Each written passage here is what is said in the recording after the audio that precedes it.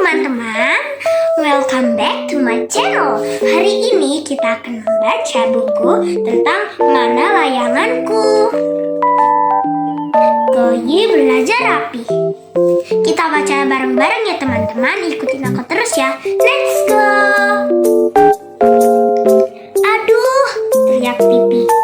Rupanya Pipi terpleset ke lereng Goyi. Kalau tidak dimainkan, kembalikan lagi ke tempatnya dong, Goyi, kata Pipi kesal.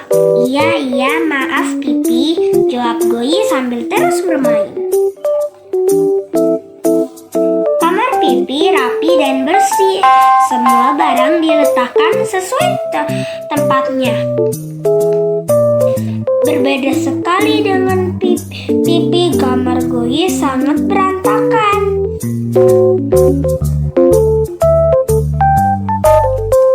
Suatu hari, Goyi ingin bermain layang-layang. Ia ingat menyimpan layang-layang itu di kamarnya. Di mana ya? Keluh Goyi sambil mencari layang-layangnya. Pipi juga ikut membantu Goyi mencari layang-layang tersebut. Aduh, di mana ya layang-layang Goyi? Kata Goyi dengan sedih. Coba rapikan kamarmu dulu agar lebih mudah mencarinya, Goyi, kata Pipi sambil mencari. Kemudian Goyi mulai merapikan kamarnya. Ia mengembalikan baju ke lemari baju, mainan di kotak mainan, buku disusun di rak buku.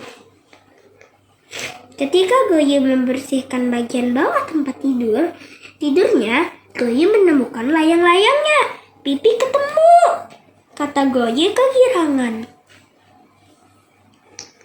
Karena Goyi sudah merapikan, tetapi layang-layangnya sudah ketemu. Ternyata hari sudah gelap. Goyi sedih tidak bisa bermain layang-layang itu. Kalau kamarmu selalu rapi, kamu gak akan kehilangan barang lagi, Goyi, kata Pipi sambil menghibur Goyi.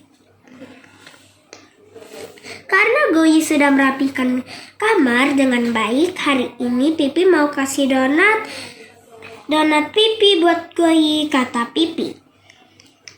Mulai sekarang Goyi akan selalu merapikan kamar Goyi, kata Goyi sambil tertawa gembira. Yuk letakkan barang-barang sesuai tempatnya. Kalian juga harus ikutin Pipi dan Goyi ya teman-teman.